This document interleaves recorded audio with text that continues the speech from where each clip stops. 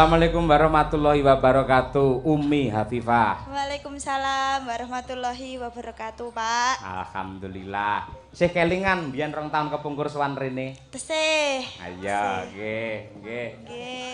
Oh, siap, Pak. Nggih, nggih. Jayeng nggih. Wah, nggih, kuwi penting kuwi hubungane karo perceretan kok. Ayo, nggih. Karo ibu-ibu ingkang masak wonten wingking. Ngene Nduk Umi. Dadi nun sewu. Nggih. Awake dhewe yang pertama dan yang terutama ki wajib matur nuwun karo ibu-ibu sing masak wonten wingking. Wis to? Sebabnya apa, Pak? Acara apa wae, mbuh wayangan, mbuh resepsi wong mantu tidak akan sukses, tidak akan lancar kalau tidak ada kridane ibu-ibu sing masak. Nggih. Mula tepuk tangan yang meriah untuk ibu-ibu semuanya sing masak wonten pawon. Mugi-mugi dipun paringi panjang yuswa rezekine kathah. Amin. Ya Nduk, ya mumpung dilenggahi karo para pepunden matura, terus sing ati-ati lek nembang. Nggih. Gatekne to klenengan sore mau. Nggih. Ibu-ibu mau lho tabuhane luar biasa kaya ngono. Sae-sae, Pak. Iso manik-maninten barang. Ayo, elok tenan pengendang ya putri. Sapa njaluk dipandhi ki mau. Akhire pandhian ora. Matura Nduk, ayo Om. Nggih. Assalamualaikum warahmatullahi wabarakatuh, Pak, Bu. Nggih. Pisan kas Nduk, main kompak Nduk. Ayo Nduk. Assalamualaikum warahmatullahi wabarakatuh, Pak, Bu. Nah, Sing marahi jawabe bingung iki dadak makkeki Pak Bu kuwi lho asline. lah napa, Pak? Iya, lah bingung no. Ya lek Pak, ya lek Bu lek Mas, adik-adik kan bingung le jawab. Oh. Dadi ora usah nganggo Pak Bu. Dadi kanggone umat muslim jawab Nggih. salam ki hukume lak wajib. Paton sampean assalamualaikum warahmatullahi wabarakatuh. Ngono mesti langsung kabeh sing muslim waalaikumsalam. Ora usah ngangge Pak Bu ngono kuwi. Nggih. Baleni ya. Nggih. Nah, ngono. Yo, Ci, Lu. Assalamualaikum warahmatullahi wabarakatuh. Nah, Alhamdulillah. Mergo neng kono lek enek doa sing apik to. Assalamualaikum warahmatullahi wabarakatuh. Semoga diberi rahmat dan juga barokah. Nggih. Iki donga lho nduk ngono kuwi. napa nggih, Pak? Lho piye to kowe iki ora. Nggih, Gus. Gus apa dus ora nggih. Lah iki lho kowe dikersake. Arep ndongakne apa kira-kira? Ayo. Nggih, Karo warga Pandean. mugi-mugi sedaya warga Pandean tansah pinaringan berkah saking Gusti Allah. Terus panenane saya kathah, rezekine kathah, sedaya panjang yuswa. Mengke nek pun rezekine kathah nanggap wayang melih nggih, Pak. Nggih. Ayo anggere ora diundakne ya gelem. Mesti batine panitia mending ngono aku apal kok. Ayo, nggih. Ya Nduk diaturake iki jenang gula bawanana, arep kok bawane apa aku wis manut jenengan. Arep asmarandana dandang gula bebas. Dandang gula banjet nggih. Oke, siap, nggih. Dandang gula banjet karo Amit Sewu karo Bu Kastiah kuwi. Nggih. Kuwi piyayi Sewu, saka Bu. Pati. Oh nggih. Nggih, kuwi ibune solmetku nalika kuliah mbiyen. Sinten, Pak? Suwargi Mas Ari Bodro mbiyen ning mburiku kene iki. Oh.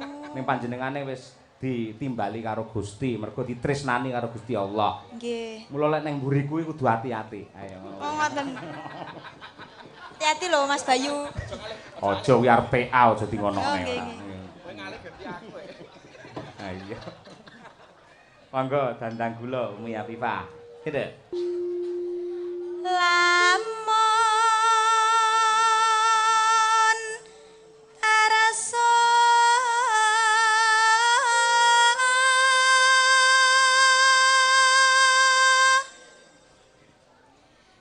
antuk jatuh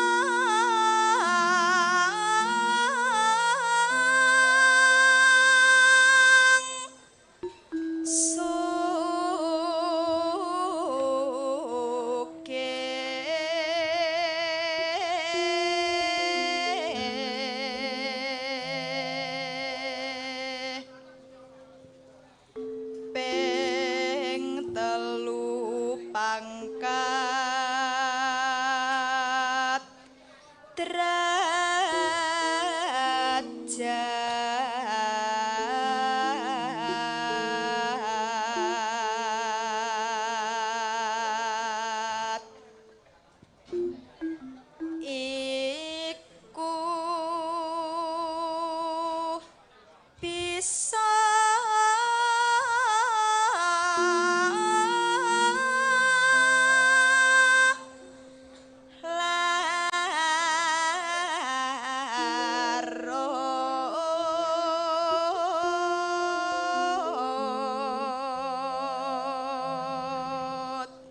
layak bareng udan iki mau langsung terang sebabe ditunggoni karo dulurku lanang iki. Jan. Waduh nyembah ya. Ah, kipatih Gajah Mada iki luar biasa. Dan jame lho. Alah jam mati ya dinggo Mas kowe. Sehat selalu nggih. Okok ora, okok ora. Ora, wah sehat kowe bener kowe. Apik. Lah dhuwit purun dhuwit.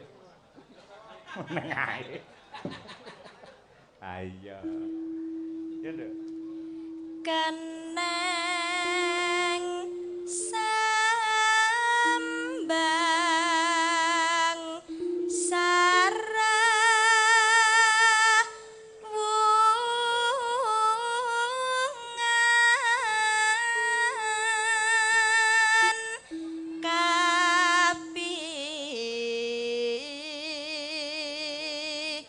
lot mring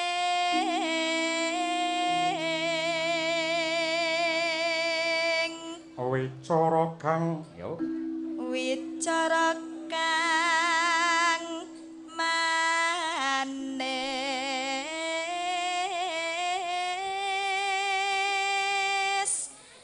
manis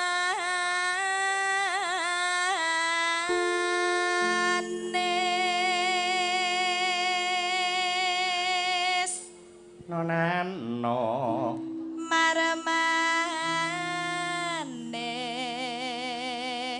den prayitna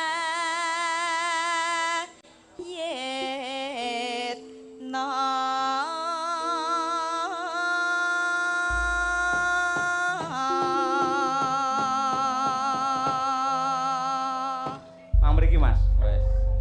Mriki lho ora apa-apa. Ayo jan. Wah, kalunge lho. Siung kirik ora. Salaman apa njaluk dhuwit? Oh, salaman sik. Asmane sinten?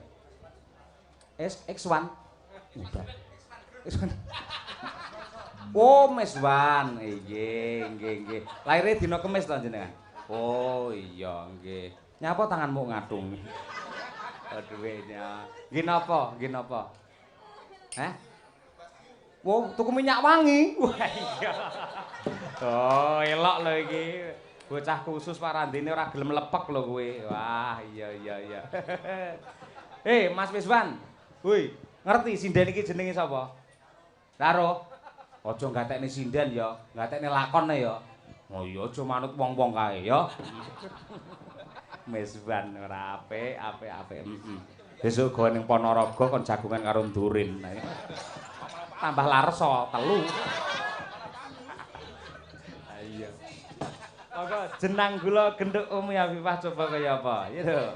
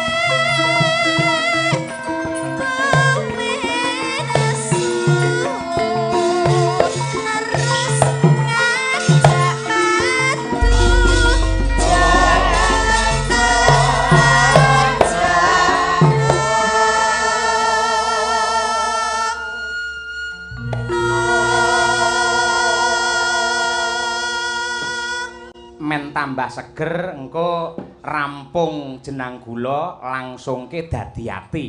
Oh iya, digarap cara sangga buana.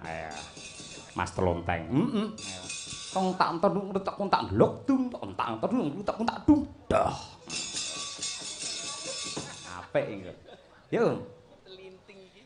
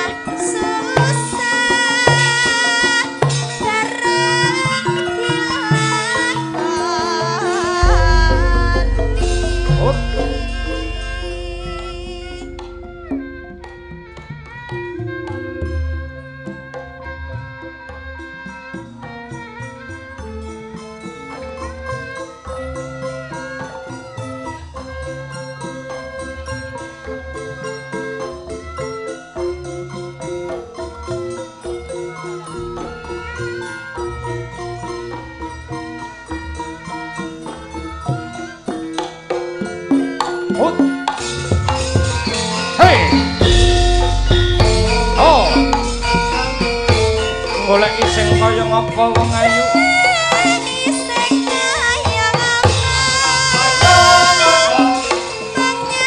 Sik Om, sik. Nggih. Aku iso entuk hiburan to bengi iki. Pripun to, Pak? Lah iki lho, Mes iki lho. Mes Wani Piyai niki kena nggih sinau kena nggih ngaji lho, Pak. Niki mbok menawa meniki pralampita saking jagat. Supaya napa warga masyarakat nglestarekake karo budaya. Ing ngatasé miswan wae gelem joget tresna karo budaya. Lek jenengan kabeh ra tresna karo budaya tegese kalah karo miswan. Oh. Wah, bareng dilem guyang-guyu. Wah. Aya.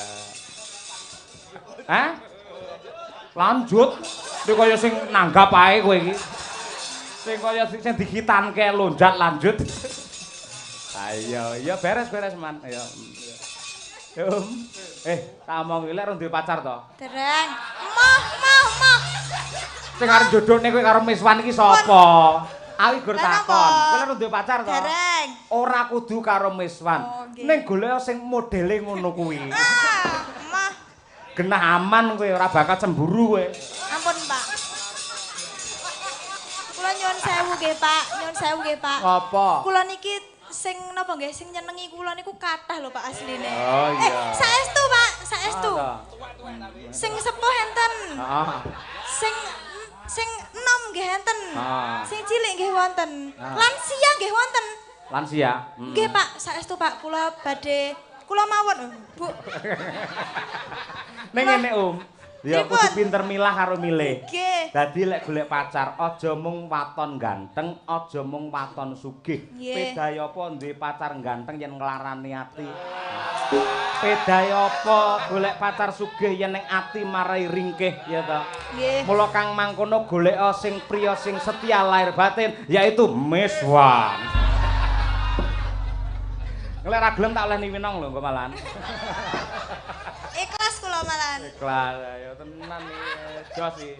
Iki mesti dawa lho umure kowe. Lah ra mikir apa-apa kok dhek kok karepe mangan karepe ora karepe. Ayo wis kuwi los kuwi pokoke. Ayo, so dibebasne kuwi iso ning akhirat kuwi. Wis milih dhewe arep neraka apa swarga, Mis, ngono. Dadi unu-unu ngono kuwi. Ning neraka sik mergo arep golek geni nggih ngerokok. Ayo terus ning swarga. Ning panjang yuswa Miswan yo. Ya Nduk, ajekno. Umi Miswanto. Ngoten lho, Pak. Umi Afifah, ya Umi Afifah ya. Yo. Ampun ngoten, Pak. Ora. Ampun. Heeh, ya. Wes cukup. Timbang larani lho, ya. Kan sing jenenge cinta wong pacarane butuhe lak seneng, tentrem. Ya. Lek ora iso gawe tentrem, karo ayem lah ya luwung ngono kuwi ae. Wis. Ampun Pak, jenengan napa kersa sakniki lho jenengan bayangne kula niku putranipun jenengan. Terus? Jenengan napa kersa nek putrane kalih Miswan? Loh, aku kuwi dali wali nikahmu karo Miswan gelem. Malah engko apa kabeh tak cukupi wis to. Wayangan engko dalange ndurin. Nah ya.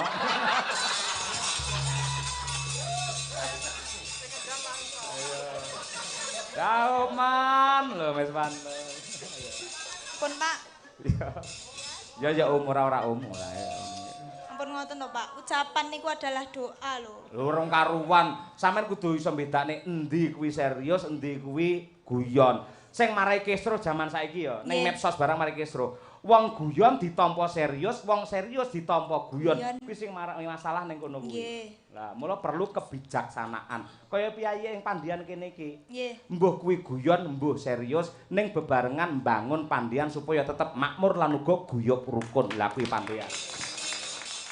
Umi melawan Miswan.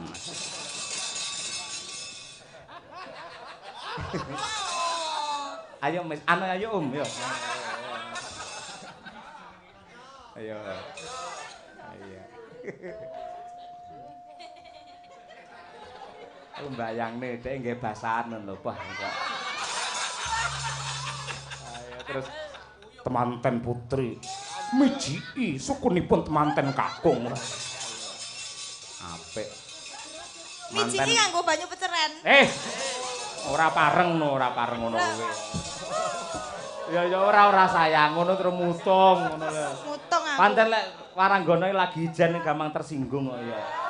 Superman gampang Superman. Cukup. Iya. Heeh. Ya Nduk. Sugeng para lenggah.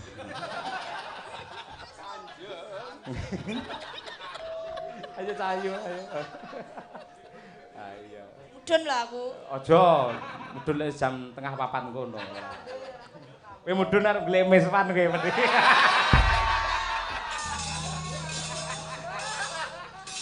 Ayo. Ayo Om. Kanjeng. Ayo Om.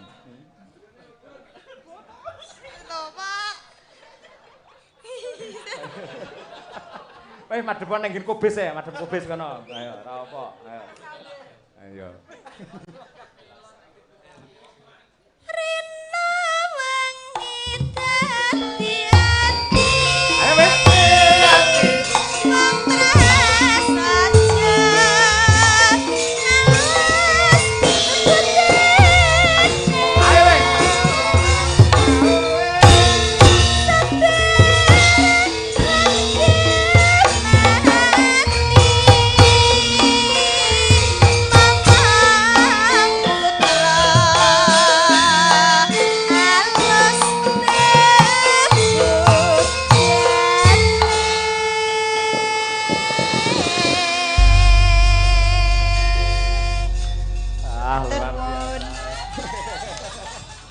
Sudah medun ora?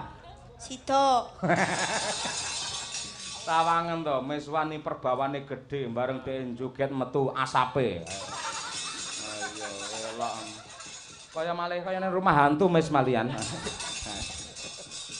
Ayo wis ngono kuwi ya. Jos ngono kuwi. Wis. Pokoke tiap bersih dusun nang kene tetep teko lho Mis ya. Teko lho ya. Mergo danyange sing disenengi ketoke awakmu ya. Ah, ngono kuwi.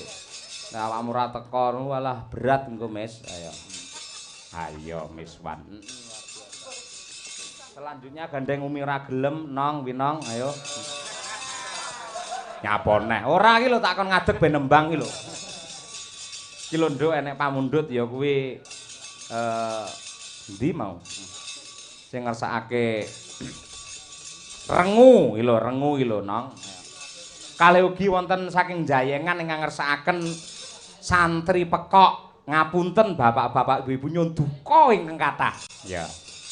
Menawi judulipun kula kok kirang setuju, kirang napa nggih, kirang cocok.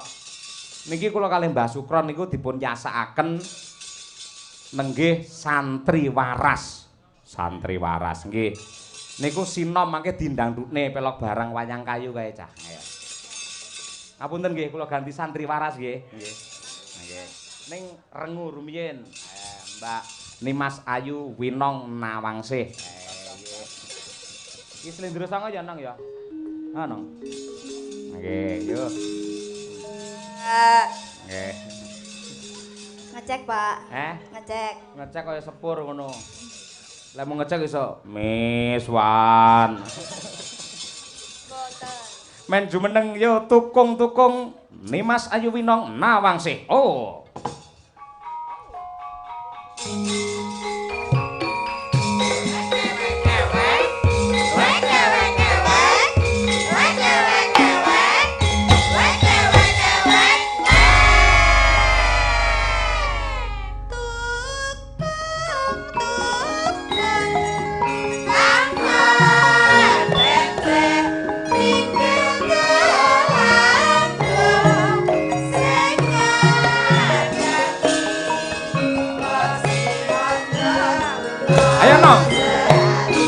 Golane Dik.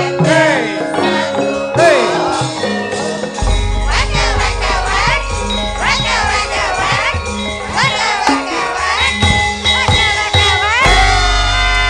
Wis rusak, Pak.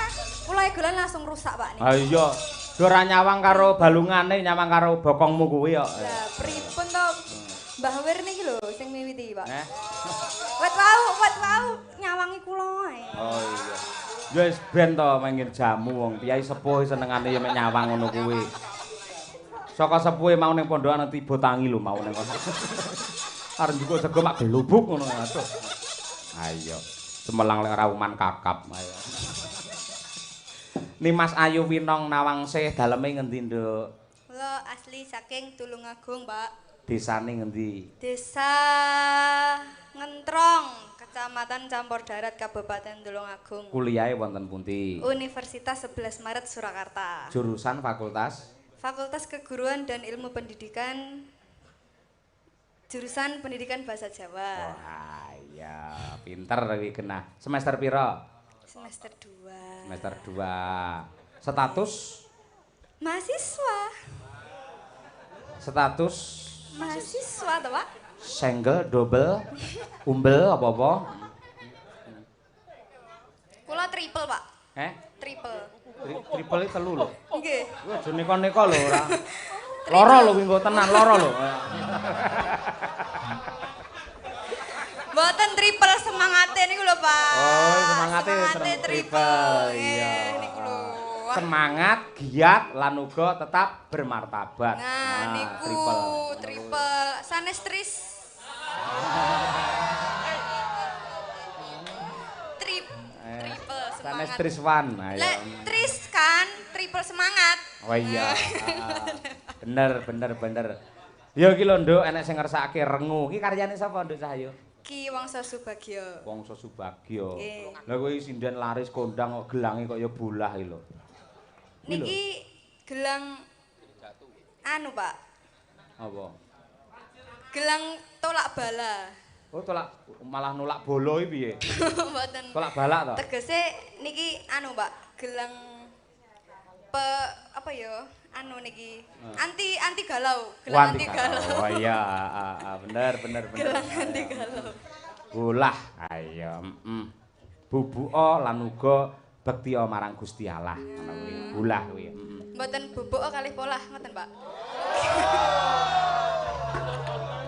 Atasana mis kuwi lah. Sinden diarani sing bener iso kaya ngono omongane ora pareng. Yes, mboten maido Pak niki lan nembe pedhot, bar pedhot kalih pacare. Mula omongane iki ya ketudu ngendi ora cetha ngalor ngidul sak geleme dhewe. Ayo. Kajenge Pak, nggih. Niki mboten gendeng udo turun dalan matur nuwun. Ayo. Iki nek bawane ora no? Wonten. Ya, dibawani. Karyane Mbah Wangsa Subagya saking Tulungagung. Ayo. Yo coba kaya apa?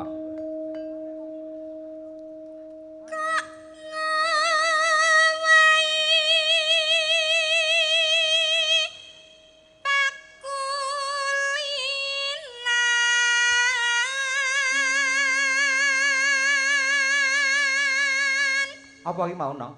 Kok ngowahi pakulinan? Oh, merubah kebiasaan. Kok beda dengan yang kemarin. Niku lho, Pak. Ya biasanya gelandel lah. Nah, niku. Iya. Ora kaya wingi uni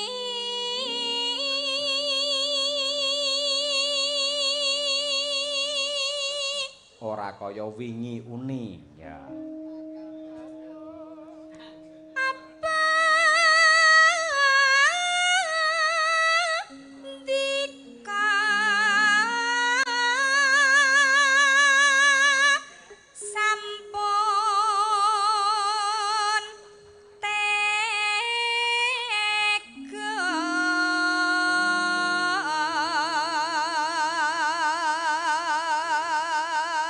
Apa ndika sampun tega. Ayo. Teganya. agawe rujiting gale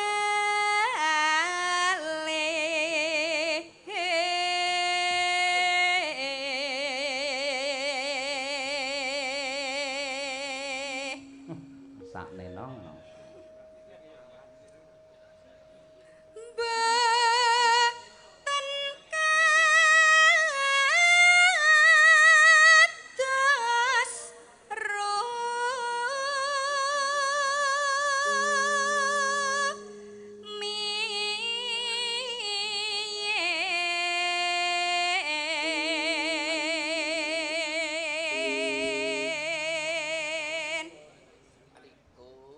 atiku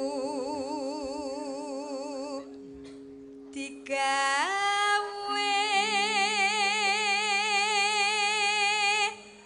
rengu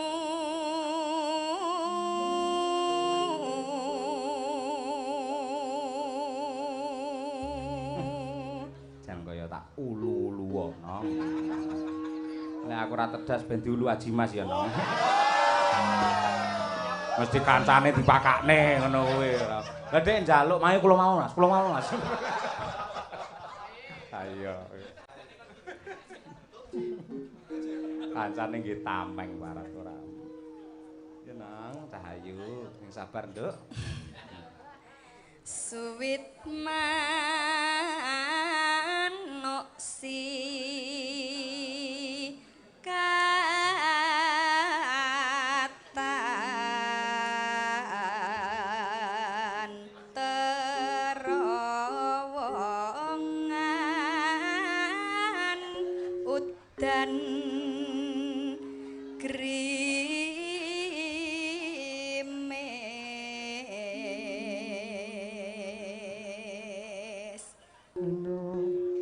dadi rengu udan tangis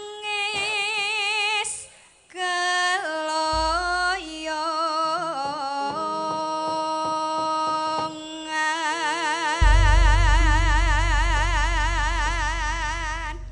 Iya. Tembange sedih kaya ngono sampean sih iso mesem wis aku seneng wis tenan. niki mau lho Pak gelangan digalau niki mau lho Heeh, bener, Nduk. Aja nangis. mboten Tak lapi apa piye iki lek nek Anduk? Ah. Lapi. Oh, miswan protes semburu. Sorry no. Mangga rengu diaturaken. Ya, mangga. Sajak ikatan rengu enten apa niku dene sampun ganggu dikakak ngaten sakning jerbenten apa pancen sampun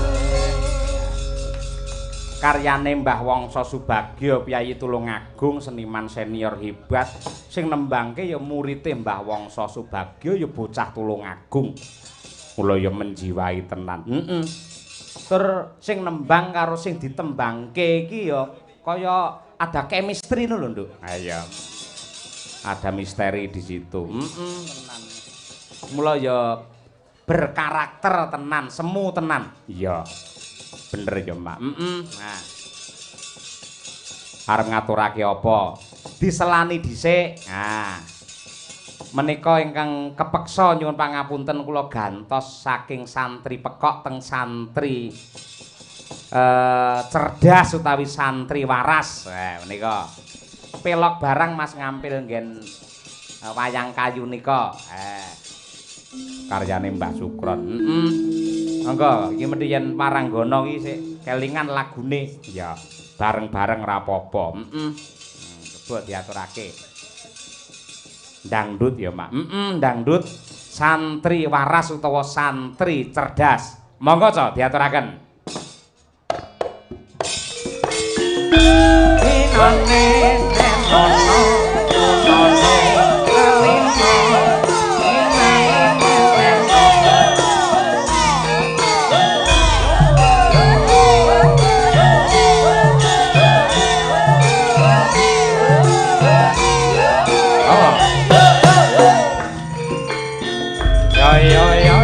santri cerdas kudu waras asane Gus Umar Said putra Sunan Kalijaga mondhokane Sonopati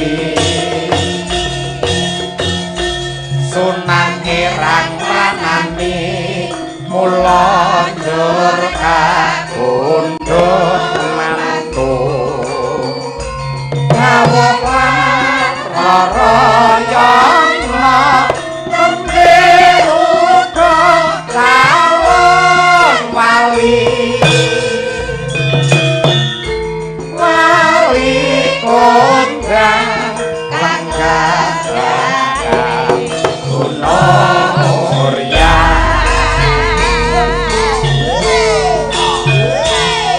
Mali ing Wonopati ya